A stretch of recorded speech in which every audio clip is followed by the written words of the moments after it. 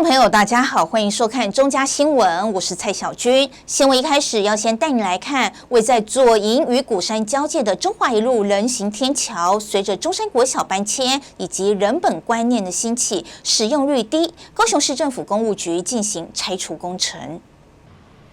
工人爬上爬下搬运设备，预备进行拆除作业。位在鼓山区与左营区交界的中华一路人行天桥，由于使用率低，即日起进行拆除工程。工务局说明，后续会在平面道路施作行穿线与庇护岛。之前是中山国小，那中山国小现在移到那个美术馆了，所以现在目前孩子，对，现在目前都很少人在使用。就是大家觉得爬楼梯，对一些长辈来讲也是比较吃力，然后年轻人觉得这样爬上爬下的也比较浪费时间，他们直接都是穿越斑马线比较多。那现在因为那个中山国小已经废止了，所以我们预计要把它拆除。好，那因为现在的老人家比较多啊，所以他们对在爬楼梯的方面会比较辛苦，所以我们后续会把它拆除之后，在路面去增设新的行穿线、行穿的位置。那包括庇护岛，我们会一并的施作。中华一路人行天桥已有48年历史，比一旁的国贸社区还老，陪伴当地许多居民成长。但由于使用率变低，成了另类的社区死角，居民也都赞成拆除。我现在功能变成啥？变成拍婚纱、拍小电影，真正真多，真正是个，敢若是因一个拍摄的一个景点。店面垃圾是真够多，因为我捌去巡过。被乱丢垃圾这样。非常多，规顶面规个拢是垃圾，无人要行的范围，你拆掉也是好啦。拆掉对市容来讲可能会比较好。工程预计从7月21号至25号白天将封闭慢车道进行阶梯拆除，24号晚间9点至早上将进行主体吊挂，该路段将全线封闭。礼拜一到礼拜三是拆楼梯的部分，那我们会采用白天的时候施工，那这个时候我们会封闭慢车道。那礼拜四我们会拆它的大梁，大梁的时候我们是采用夜间施工，我们是全线封闭，那就是从晚上的9点到隔天早上的6点，那民众可以绕其他的地方去通行。随着人本交通观念的兴起，人行路桥逐渐走入历史，成为记忆中的独特风景。记者吴佩珊高雄报道。再带你来看高雄捷运红线持续向北延伸，工程进度来到冈山市区，当地主要干道中山南路开始进行围篱施工。为了要降低对用路人的冲击，相关单位启动了交通管制与调整，确保施工与通行能双管齐下。大型吊车正在进行高空作业，一旁的车辆穿梭而过。因为捷运工程进行，道路中央已经被架起了施工围篱，行驶空间被压缩了不少。行经的民众都表示，觉得有些不太方便，就比较不方便，因为没有办法回转，就遇到要转弯的地方，可能要绕比较大圈再转。工程中嘛，就难免所以会觉得有点不太方便这样。对啊，可是没办法，就绕路。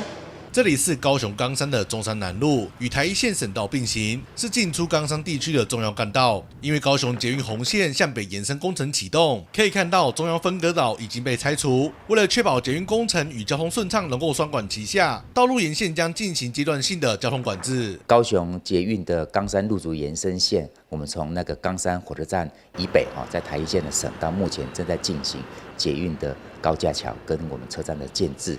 那当然，这过程中我们陆陆续续会展开基桩、自来水管线以及变沟改善等等的这些工作。那我们有一段时间会进行这个所谓的路面交通维持的变换，那目前正在进行变换的过程中。施工期间，交通号志与道路标线将会持续调整，像是中山南路北向左转维新东街已经暂时封闭，后续将会有连续7天24小时的义交进行管制，让驾驶人能够尽快的熟悉新动线，降低施工期间的交通冲击。车辆如果行经我们的施工台一线的区域里面，请遵照我们的改道标志，我们有些替代路线改道标志跟标线的指示，一定要记得要减速慢行，确保这样的安全。那我们在重要的路口我们有这个交通指挥人员哦，那请大家依照这些指挥人员的引导呢，才能够确保行进的安全。捷运局表示，最新的施工资讯都会进行公告，也可以在市府官网进行查询。高捷在去年6月底 RK1 冈山车站正式启用，为红线北延写下第一个里程碑。未来第2阶段 RK2 到 RK8 的工程将会持续招标与施作，为高雄的公共运输路网再添一条强力新路线。记者孙军高雄报道。新北捷运生活圈再升级喽！土城树林线9处捷运开发案，目前已经有3处成功招商。周一更与信义企业集团旗下的信义开发完成签约，总投资金额高达45亿，预计2032年可以完工。捷运土城树林线开发案进度传出捷报 ，LG 16站出入口 A、B 两岸正式完成招商，由信义开发股份有限公司获得最优申请人。周一上午在新版希尔顿饭店举行签约仪式，新北市长侯友宜出席见证，捷运局长李正安与信义开发董事长周俊吉共同签署投资契约，两岸预计121年完工。土城树林线 LG 16捷运开发案分为出入口 A、B 两处，引进资金约45亿元，预计可容纳1400个居住人口，并事先设计捷运连通出入口，以黄金级的智慧建筑、绿建筑规划打造最优质且与社区共生共荣共好的智慧生活宅。新北市长侯友宜表示，新北市积极投入捷运工程，希望捷运能串起北台湾共同生活圈。以往开发案多为捷运完工后才进行，为了让建设更有效率，这次采行开发过程中，随着捷运出入口共构工程同步进行开发案，使建设更快速。这一次土城树林线的 LG 16的捷运开发案，大概分 A、B 两个基地。那之前我们大概都是采取所有的捷运完工以后，再来做联开案。那这一次为了让捷运更有效率，所以我们在整个开发案的过程当中，随着捷运的兴建，一起来联合开发。一来可以让时间可以减少，二来在开发的过程当中，可以跟捷运的连通，以及能够塑造社区更好，甚至把我们要规划的黄金级的绿建筑等个智慧建筑都规划在这里面。后也指出，土城树林线全线共规划9处捷运开发案，整体预期引进投资约382亿元，目前已有3处完成招商，其中 LG 15站出入口 B 与 LG 19站出入口 A、B 等3处已公告招商中，其余3处正在办理都市计划变更作业。土城树林线目前有9个地方要做联开案，目前3个已经招商完毕，另外3个在公告招商当中，3个在做都市计划。那未来引进的投资的效益达到382亿。这一次的 A、B 两栋的 LG 16，大概可以引进租金45亿，同时可以创造1400个人住在我们 A、B 两栋共营社区的美好。新北市捷运局表示 ，LG 16出入口 A、B 两处皆规划新建各一栋地上27层、地下5层的捷运开发大楼。这次开发案同步纳入捷运出入口新建作业，将包含捷运设施大厅、商业空间、无障碍设施及机房、各类设备室等，将同步完工，配合未来捷运通车启用。记者肖世荣新北采访报道。再带你来看，台北市政府商业处与商圈携手合作，推出漫步万华与城中商圈免费100场的主题游程，由20位以上的专业导览师轮番上阵，带您以步行的方式走进街头巷尾，深入认识在地的景点与街区风貌。晚上去夜猫子的话，还有一条夜未明路线，喜欢晚上喝一杯的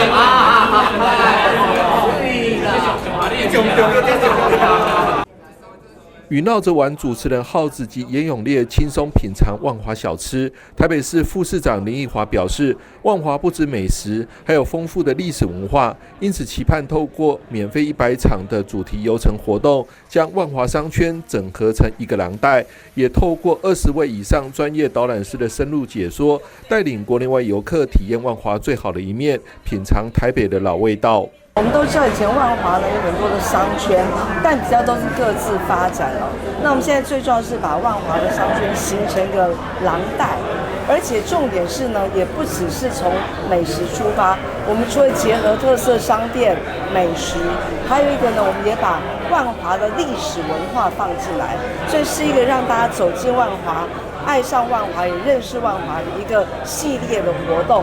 所以我们总共会有100场免费的旅程，所以欢迎大家呢都一起来体验我们万华最好的一面。这就是我们公司协力共同努力的一个做法。那从原本的店家个别点的再造，串联到商圈，现在已经变成一个商圈廊带，一起把我们的团队的一个力量呢发扬出去，让大家看到我们台北的特色。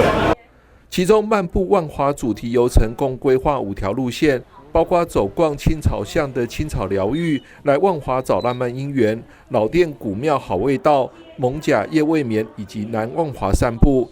漫步城中则安排4条路线，包括咖啡与文学故事、逛城中吃美食、城中摄影战策及城中特色老建筑。整个活动将持续到年底，希望延长观光效应，带来更多人潮与商机。我们呢也体会到，就是说要让万华整个的商圈可以蓬勃，店家呢都能够有生意哦，不能只办单次的活动，一定要是办一个长期的活动。所以第一个，我们先从组织上形成这样一个街区的概念；第二个呢，我们的活动是从现在开始到年底，总共100场，然后有5条路线，就希望可以通过这样比较有创意而且有系统性的方法，让我们呢这万华所有大家只要愿意来到这边，其实所有的店家他就会因为这样有人潮，其实就会有钱潮。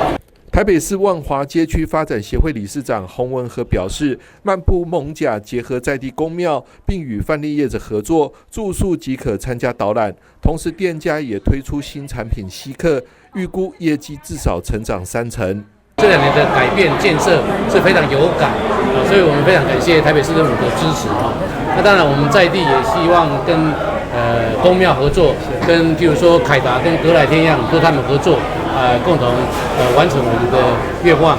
我们是希望一个把万华的美食、古迹文化推到国际，让国际的事情都看到我们万华的美好。台北市商业处方面表示，万华城中小旅行预计7月最后1周正式推出。参加者还可以拿到漫步艋舺几张折页，将龙山寺、西门红楼、西本院寺等6处景点地标透过印章加以收集，邀请民众一步一脚印，走进台北商圈廊带，感受台北城市的迷人温度。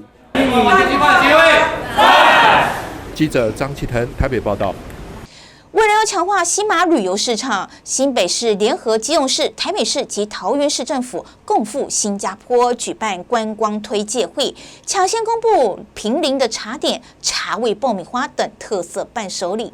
为强化新马旅游市场，新北市将于7月29日至8月1日联合基隆市、台北市及桃园市政府共赴新加坡举办观光推介会。今天举办行前记者会，抢先公布坪林茶店、茶味爆米花等特色伴手礼。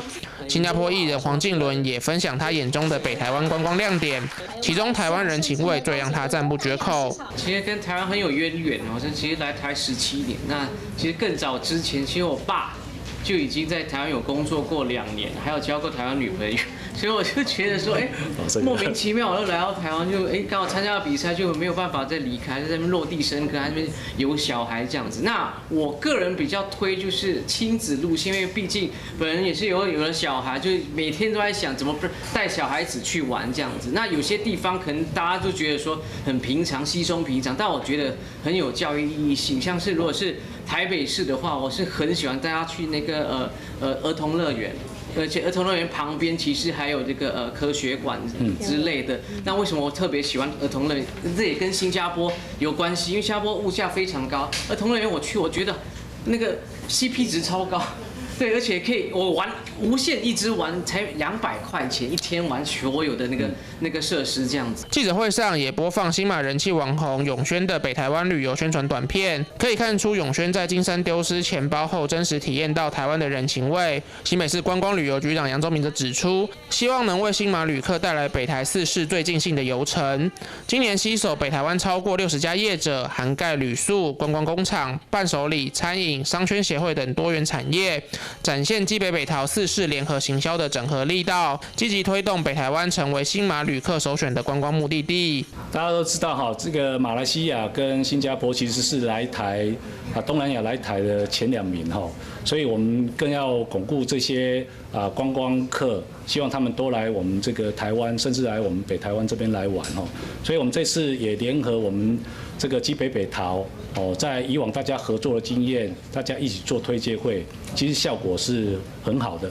所以我们这一次到新加坡、马来西亚做推介会，也希望在这次能有大展这个首获了哈。所以相信未来我们这个透过我们4市去做推介能带来把这个马来西亚跟新加坡游客特别带来我们这个北台湾这边来玩哦。新北市观光旅游局表示，基北北桃4市赴新加坡推介会的期间，除了送给当地业者北台湾特色伴手礼外，也将拜访多家新加坡旅行业者及重要的旅游相关单位，以深度旅游与亲子旅游2大主题游程推广来台旅游，从山海美景到城市漫游，全面展现北台湾丰富的观光资源与在地文化魅力。无论是对历史人文有兴趣的资深旅人，或是重视互动体验的亲子家庭族群，都能在北台湾找到最适切的行程选择。这次的推介会一定赞，相信呢一定是成果丰硕哦。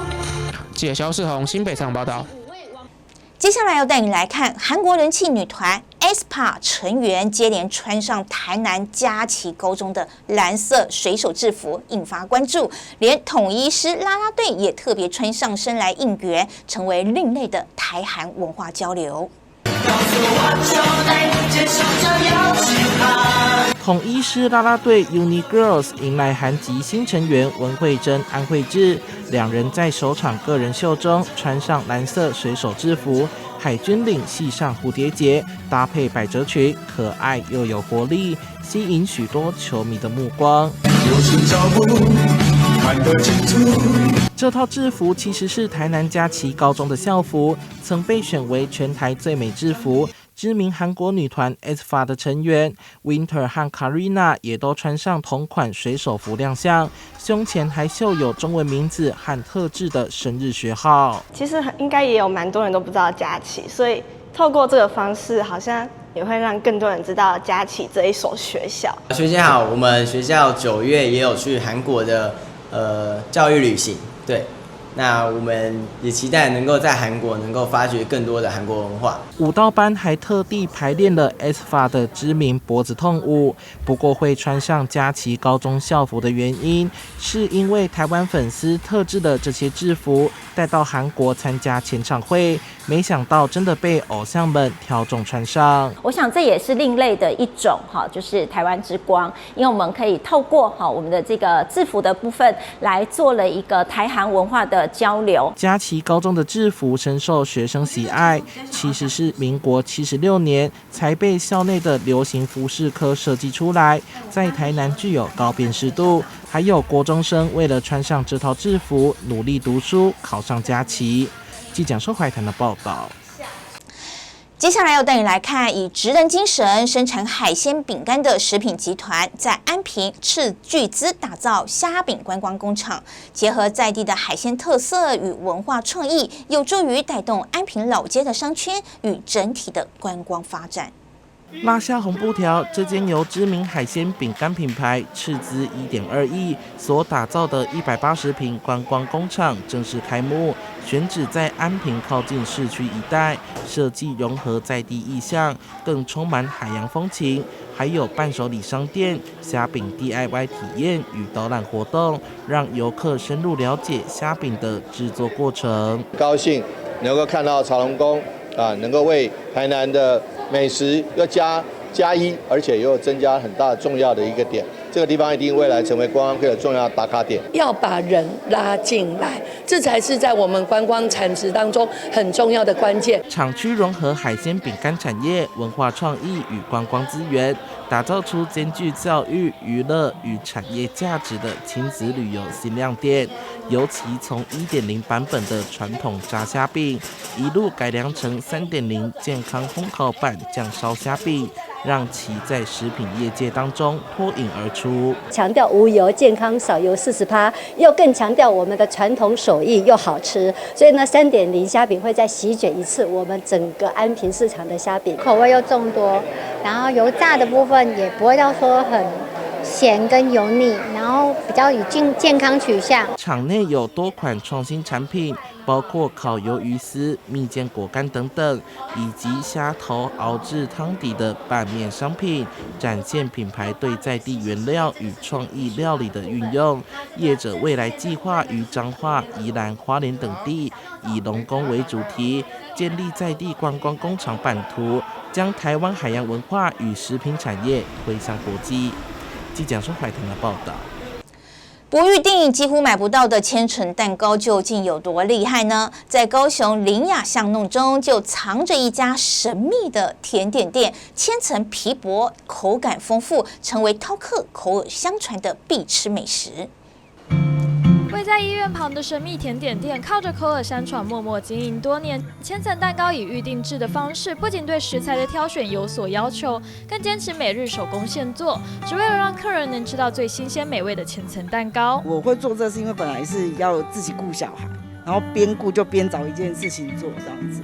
因为我比较不喜欢就是把东西放在店里放太久，所以基本上都是走预定制的。然后如果说有卖单片，我也都会在那个脸书上先公告说，可能我明天会有单片，然后让大家预定这样子。通常都整个比较多，因为我就是走预定制的，所以因为我不喜欢这样切，比如说我做2颗，然后切着都没有人买，所以都是会跟客人讲，比如说今天没有，客人就会说，不然我就订1颗来吃吃看好了。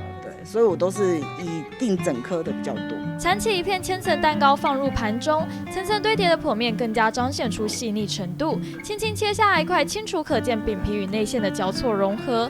深棕色的栗子泥夹在饼皮中，入口丝滑绵密，淡淡香气绽放于唇齿间，让人回味无穷。千层的特点就是我的饼皮是自己煎的，所以那个厚薄度就是可以刚好配合我的馅料去做搭配。对，不会太薄也不会太厚。通常会建议栗子口味，对，因为栗子我是用法国的栗子泥，跟有一些你看那种外面有一些是黄黄的那种栗子泥，它是日式的那种就比较甜，然后法式的就是比较有栗子的原味这样子，然后我们再用自己调的卡士达酱去综合它的甜度。巷弄中的低调小店招牌千层蛋糕不仅价格实惠，更以细腻口感成为饕客间口耳相传的神秘甜点。记者周福庆、李品荣高雄报道。同样也是美食哦，要带大家到中坜一间在地开业超过30年的老字号铁板烧，食材新鲜多样，每一样都经得起舌尖的考验，连在地的议员都大力推荐。铁板上牛肉跟鸡腿的油花被高温逼出滋滋的声音，一个翻面，肉的表面就有了美味的色泽。中坜有一间在地开业超过30年的老字号铁板烧，食材新鲜多样，都是老板一早到市场采购挑选回来的，每一样都经得起舌尖的考验。被铁板煎的恰恰的外皮，更让海鲜的美味更上一层楼，让在地议员都大力推荐。在这里吃了超过20年，成为资深老顾客。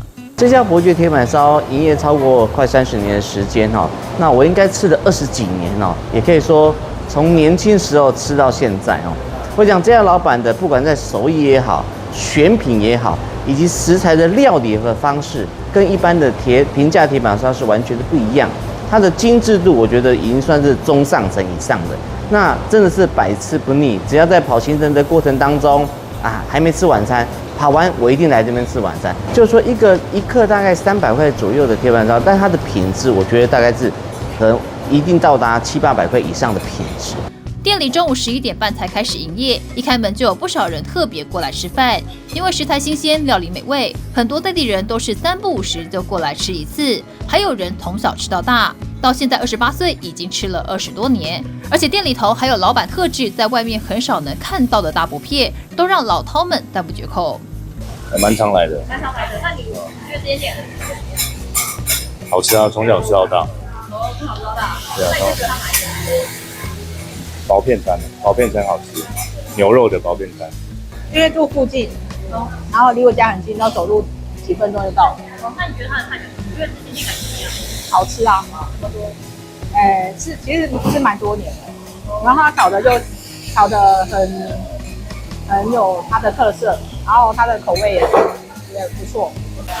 你也常来吗？还好啊，还好。对啊。那你这间店味道怎么样？还可以，还可以。那个牛肉很嫩。老板30多年前在朋友的鼓吹下，一起到日本拜师学艺，将日式铁板烧的精髓跟美味带回台湾。他对食材的品质有着极高的要求，但价格上多年来却依旧保持平价。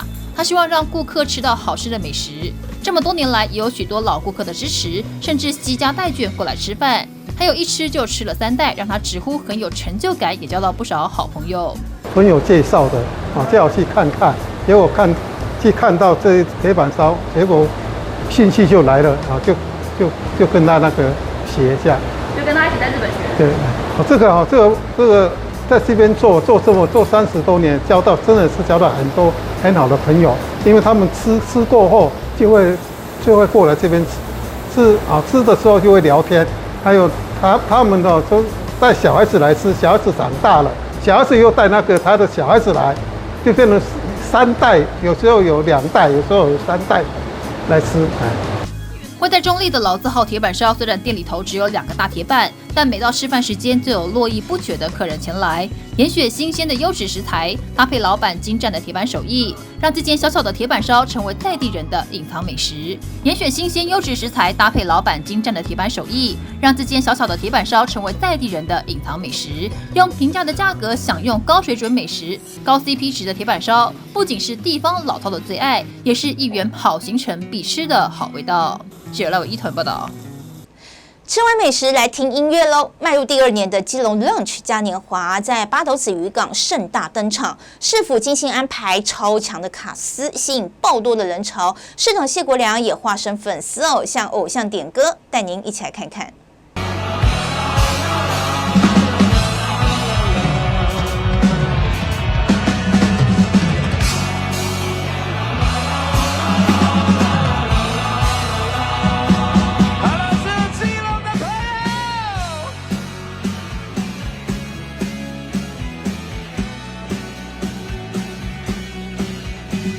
我就是这种人哦，对，我是这种人。会不会觉得浪曲这个活动办得不错？去年是第1届，今年第2届，超棒！我是对喜欢听乐团的人来讲，觉得很棒。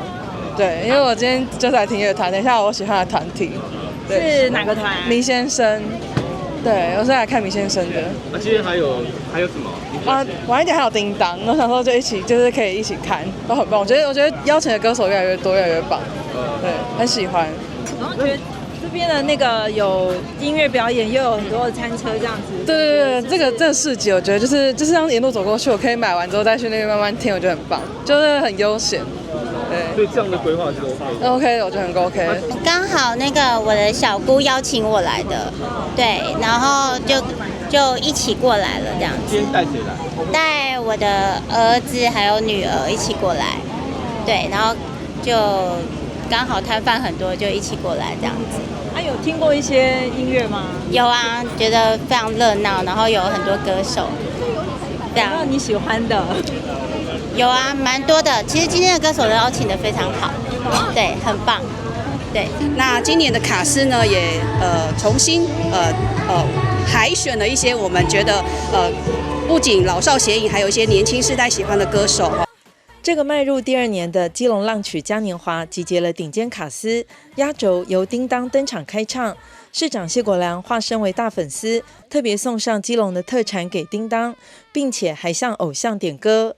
上这个礼物，哒哒哒哒哒，没错，就是我们的海燕窝，要送给我们叮当姐。叮当姐要不要试喝一下？好啊。因为这个海燕窝呢，除了是基隆的名产，非常非常有名之外，主要因为我们市长很贴心哦，又想要让你可以照顾好你自己，养颜美容，而且对嗓子很好。好，你可以多说一点，我要一瓶喝完了。你说整个刷掉吗？因为太好喝了，对不对？他是一个很有实力的歌手，然后也有很多脍炙人口的很多主题曲，而且很多主题是很流行的这些剧啊什么的。所以一方面也喜欢看剧，一方面也喜欢听叮当的歌。所以今天在基隆浪曲能够邀请他过来表演，我们非常的开开心这样子。这是第2年举办的基隆浪曲嘉年华活动现场，涌进许多的人潮来听演唱会、逛市集。基隆市政府产发处表示，今年因为天公作美，所以人潮相当可观。其实基隆浪曲今年也是第2年哦。那以去年的这个现场的人潮来说，今年应该因为天气很好的关系，今年其实在第1天的人潮应该已经突破去年的人潮哦。那除了今年的市集，我们有增加从80摊增加到100摊，然后增加很多这个餐车的丰富性，然后摊位的丰富性，甚至是整个场部的部分也很缤纷哦，也符合今年这个基隆浪曲的这个色调跟主视觉。地方就是有人潮，有钱潮，对不对？对，跟着钱走就对了。那我们卖什么东西？香肠蛋饼。香肠蛋饼，对，我们是国宴香肠哦，基隆市代表去总统府2次，就是这一支高粱酒香肠哦。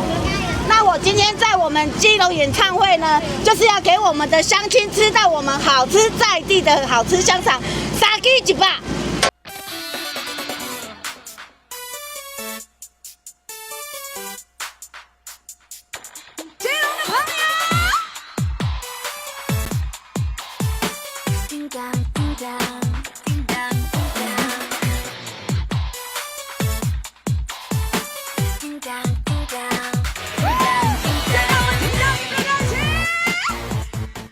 在市府产发处的用心安排下，基隆浪曲已经成为基隆夏天最具海洋风情的大型户外音乐盛宴，吸引许多歌迷和市民朋友呼朋引伴来朝圣，带入满满的人潮，也带动基隆的观光消费。记者黄志生、陈淑平基隆报道。而基隆浪曲演唱会第2天，邀请到知名歌手佳佳、高尔宣，还有告五人压轴演出。紧接着登场的是海上高空烟火秀，让现场惊呼声连连。画面上就是基隆浪曲演唱会第2天的压轴活动，第一次安排海上高空烟火秀，吸引许多民众来拍摄。很多民众一早就来卡位，寻找最佳拍摄点。非常精彩，所以我们等很久了。下雨天啊，还是热情参与。哇，你们好厉害哦！从哪边来的？从新庄、台北。怎么就是特别从新庄想说一定要来这边来拍一下？因为海洋啊，海洋就很漂亮啊，对不对？带船啊，然后带烟火啊，就很绚烂啊，对，就很漂亮。这个整个构图会很漂亮。对，非常的美丽。从那个照片上，你看到一堆的摄影专家在上面架好那个 camera， 希望可以取到最漂亮的。这也是基隆第1次海上高空的烟火，希望大家会喜欢。那我们也很希望在跟议会的合作之下，打造成基隆成为带动观光海岸，然后有最棒的演唱会，希望每1年都办，让我们每一个人基隆人都觉得这是很骄傲的事情。现在我需要基隆的声音，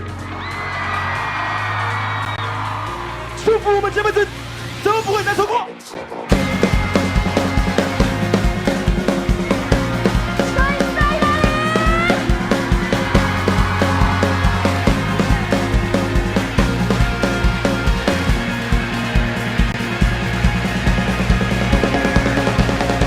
基隆市副市长邱佩玲、立法委员林佩祥、市议员宋伟立、陈君佐、蓝敏煌议员办公室秘书蓝世昌跟产发处长蔡富宁、与会总干事陈文清等贵宾上台致意，很感谢这么多的民众一起来参与基隆浪曲嘉年华。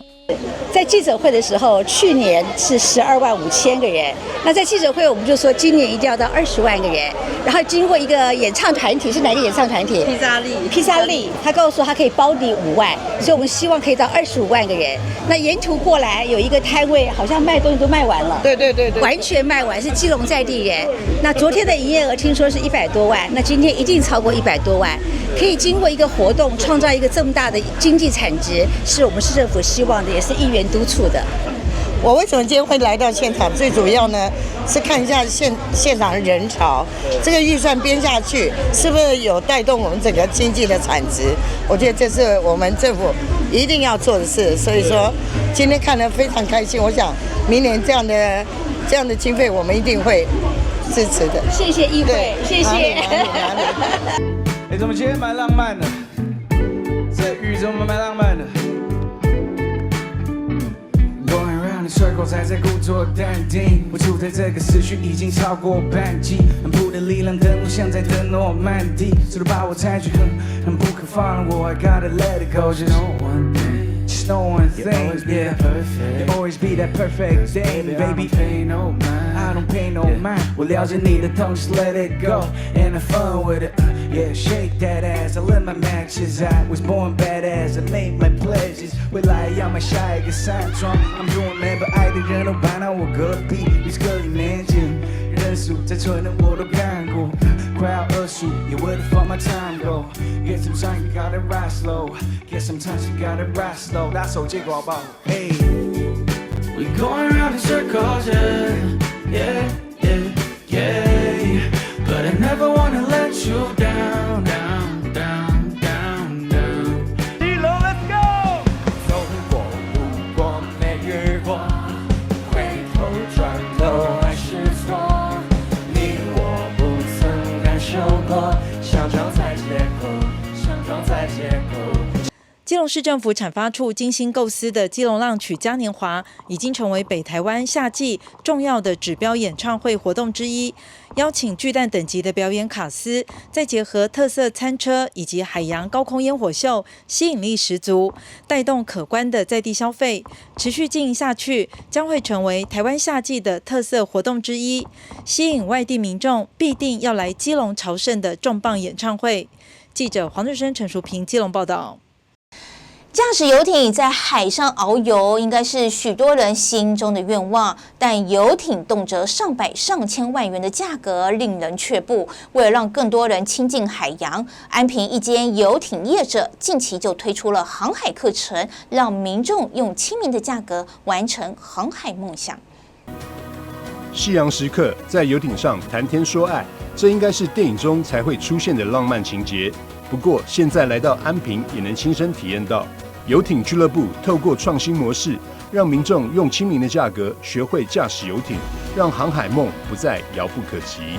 对于一般民众来说，游艇就是一个遥不可及的一个交通工具，因为就是觉得是有钱人在玩的，因为很贵。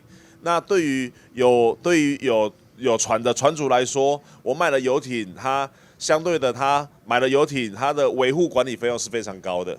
OK， 那对于考到游艇执照的人来说，他考到了，但他却没有游艇可以玩。所以，我们游艇俱乐部做了一个行为，就是我们把这些船主他不用船的时间拿来出租给我们的一般民众。所以，当他的时间，我们就可以得到一个平均的分配。所以，相对的，我们可以把游艇这件事情的使用价格降到最低，让民众可以比较亲民的方式玩得到船。让船主在他不要用的时间，把这个时间给一般的民众去做使用，所以在这个价格上，我们就可以达到让所有想要玩游艇、想要接触大海的人有一个很亲民的一个价格。除了自驾游艇，游艇俱乐部在暑假期间也推出跳岛行程、海上派对等活动。另外，游艇也将码头设计出浓浓的海洋度假风，让民众不用出国就能感受到国外度假的悠闲放松，吸引不少网美网帅到场取景。暑假到了，我们都会到南方四岛，或到七美屿、到澎湖去玩，或者是到小琉球，我们会到跳岛到小琉球去玩。那我们外海有钓鱼的行程，那我们码头有相关的一些，譬如说一些我们的游艇生活体验的一些活动。那有一些，譬如说我们都会有一些办一些说明会，让可以更多的人了解什么是游艇，什么是游艇生活。一艘游艇价格从上百万到上千万都有，加上停泊、管理、保养、维修费加总下来，不是一般人能够负担得起。游艇俱乐部创新推出的经营模式，不但让更多人完成梦想，同时也吸引更多会员加入，创造稳定营收。台南新闻张硕维采访报道。接下来要带你来看中嘉宽屏三冠王双子星办理新世代主播夏令营热闹登场，邀请多位专业师资联手授课，还有实境操作、配音、摄影、采访以及坐上主播台播报新闻，让小朋友们收获满满。中嘉宽屏三冠王双子星新世代主播夏令营第一梯次2天课程，除了邀请外面讲师在新媒体时代教导小朋友如何运用 AI 人工智慧，介绍工作生活相关应用。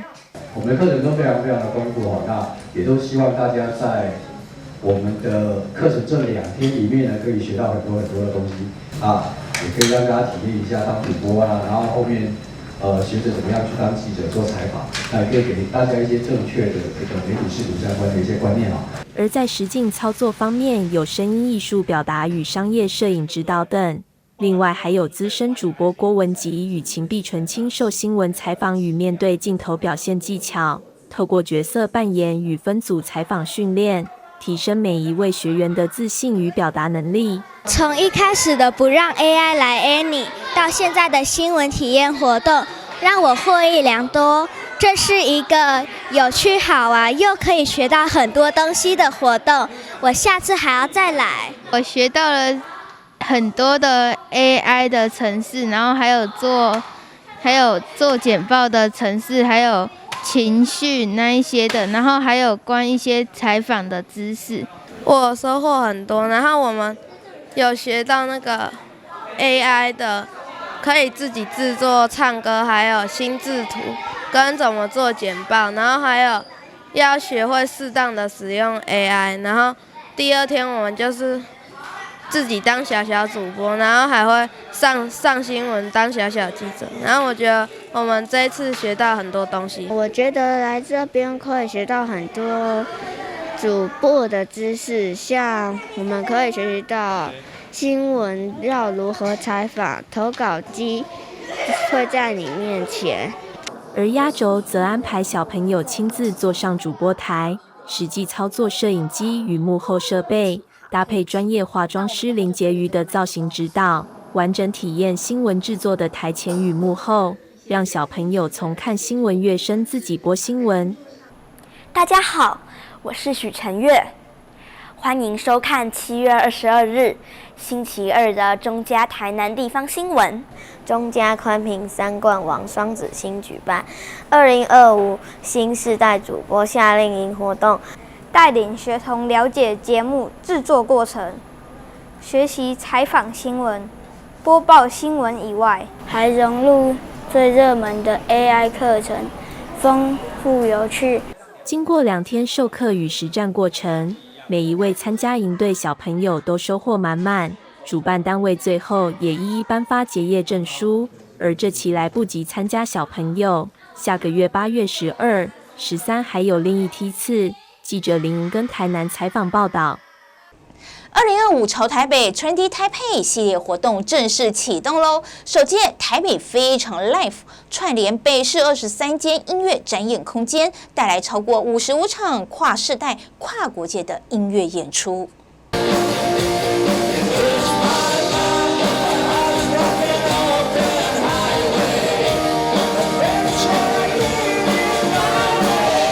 记者会开场，由各大展演空间主理人组成限定乐团演出 Bon Jovi 经典歌曲 It's My Life， 让现场气氛嗨到最高点。副市长林奕华表示，台北非常 Live 今年首度以城市级规模办理，打造政府支持场馆策展与音乐人共创的新模式，期望音乐成为台北最有力的文化语言。林奕华更当场献唱《小幸运》，为活动揭开序幕。台北现在打造了一个新的品牌，叫 Trendy Taipei 潮台北。里面很重要的城市行动，就是我们台北很重要的一个元素——音乐。那音乐呢，当然就是我们的 Live House 扮演我们很重要的角色。所以这次呢，我们特别的就是台北 Super Live， 就希望大家呢能够从8月9号到9月7号，能够到我们所有的23个展演空间来看我们最多元的一个表演。我们呢 Trendy 台北里面分担对音乐产业的部分是最重要，再希望可以带动台北的演唱会经济。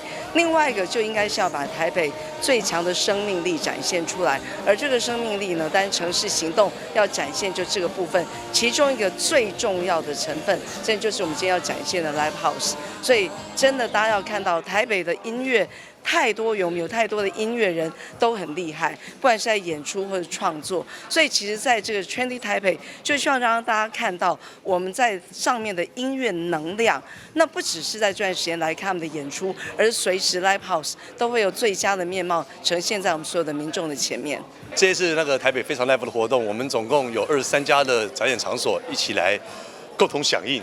民间响应的部分，然后我们的音乐类型从传统的乐团演出以外，还有很特别的，包括耳机沉浸式的一个音乐会，还有就用戴着耳机听音乐的，然后还有不同的 ACG 的表演，然后包括各地来的一些音乐人，芬兰啊、日本很多组的艺人共同来响应这个台北的音乐城市品牌。我想当然会参加了，因为我们台北最大的特色就是比其他城市有更多的 live house 音乐展演空间，这个特色一定要在城市音乐节里面把它展现出来。所以我想我们会吧，我们有跟市长讲好，还有副市长跟我们大概要轮流跑很多的23家的 live house 都要去看一看，因为这是彰显台北音乐的特色，也是对这23家音乐展演空间最大的鼓励。真的有非常多元的，像举来说，有些可能我觉得蛮好玩，那郎祖筠把说唱跟这个演出舞台剧的音乐串联，这个我觉得我很有兴趣。还有像呢最年轻像 ACG 啊这种，那反正就是非常多元面貌，你都可以挑选到你很喜欢的类型的表演。有人告诉我，爱情像杯酒。掌声鼓励，唱他完全不会唱的歌，没听过了。记者会更邀请金曲歌王林隆璇之子林廷汉与实力派歌手傅威分享世代交错的演出经验。傅威感性回忆早期音乐场景的多元风貌，强调 live 演出的珍贵价值。而林廷汉则从新世代角度出发，认为音乐与社群融合已成为趋势，并期盼每场演出都成为观众共同记忆的一部分。以前 MV 也没那么兴盛，所以大家会去在 live 现场听那个人唱什么。为什么live 的场域跟那个广场会这么多？就是欢迎大家来现场感受一下，因为演出的人他会在他的音乐上做他自己的排演跟演出，然后希望感动大家，这像一个沉浸式的一个享受，那可以带到音乐的一种共振，会让大家觉得在家里看影片跟在现场听歌看表演是不一样的。对，其实专心的看 live 其实蛮棒的，因为其实乐手们老师也很努力啊，很专注在音乐上。对啊，他们的表情啊、动作啊，你可以看，哇，他现在在干嘛？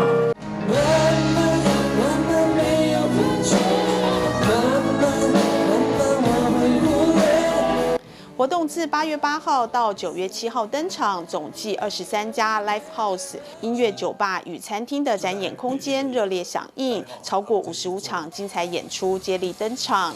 卡司来自世界各地以及本地新锐资深音乐人共同演出，让不同世代、不同语言与不同风格的声音交汇在台北城市中。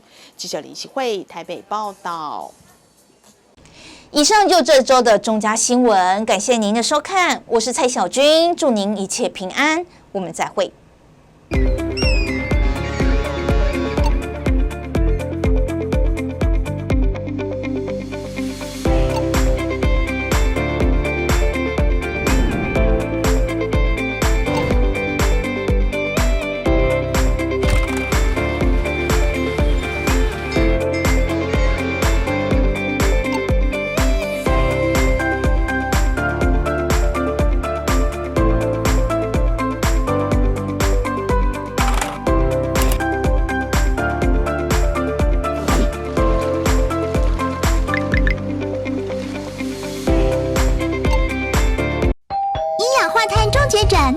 提醒您，屋外式瓦斯热水器绝不可装在加装窗户的阳台、厨房等室内空间，因为瓦斯燃烧不完全就会产生一氧化碳，短时间就会让人头晕、想吐，甚至意识不清。想保命，跟我这样做：1. 热水器迁移至屋外；2. 更换成强制排气式热水器；3. 改用电热水器。诺克奖祝福您洗澡通风保安康。酒驾罚很大。1. 提高酒驾违规罚锾，罪犯才累计加重，罚款无上限，酒驾拒检或拒测罚更大哦。2、呼气酒测值达0.25毫克以上，连坐处罚年满18岁的同车乘客。3、酒驾再犯、拒检及拒测再犯，肇事致人重伤或死亡者，没入该车辆。4、酒驾重新考照，需强制加装酒精锁，找别人代吹也不行，要罚6000至12000元哦。5、未完成酒驾防治教育或酒瘾治疗，不得再申请考照。6、慢车酒驾也加重处罚哦。酒驾零容忍，内政部警政署关心您。机房及非法机上盒经销商强力查缉，据查获778台非法机上盒，涉嫌侵权金额超过台币10亿元。看到一则则的新闻，这些制造、输入或销售侵权机上盒的业者都会遭到最重可处2年以下徒刑和50万元罚金。影视产业是文化输出的软实力，可带动旅游、观光等行业发展。盗版业者行为会让正版业者收益减损，进而减少产出优质节目的能量与资源，直接受到伤害的是文创工作者及消费者。所以请大家检查一下自己使用的机上盒是否合法，就算是合法的机上盒，内建是否下载了侵权 App。虽然台湾没有对使用侵权机上盒的民众有任何的罚则，但为了打造一个优质且强盛丰富的影音帝国，请民众一起导正市场合法秩序，支持影视产业。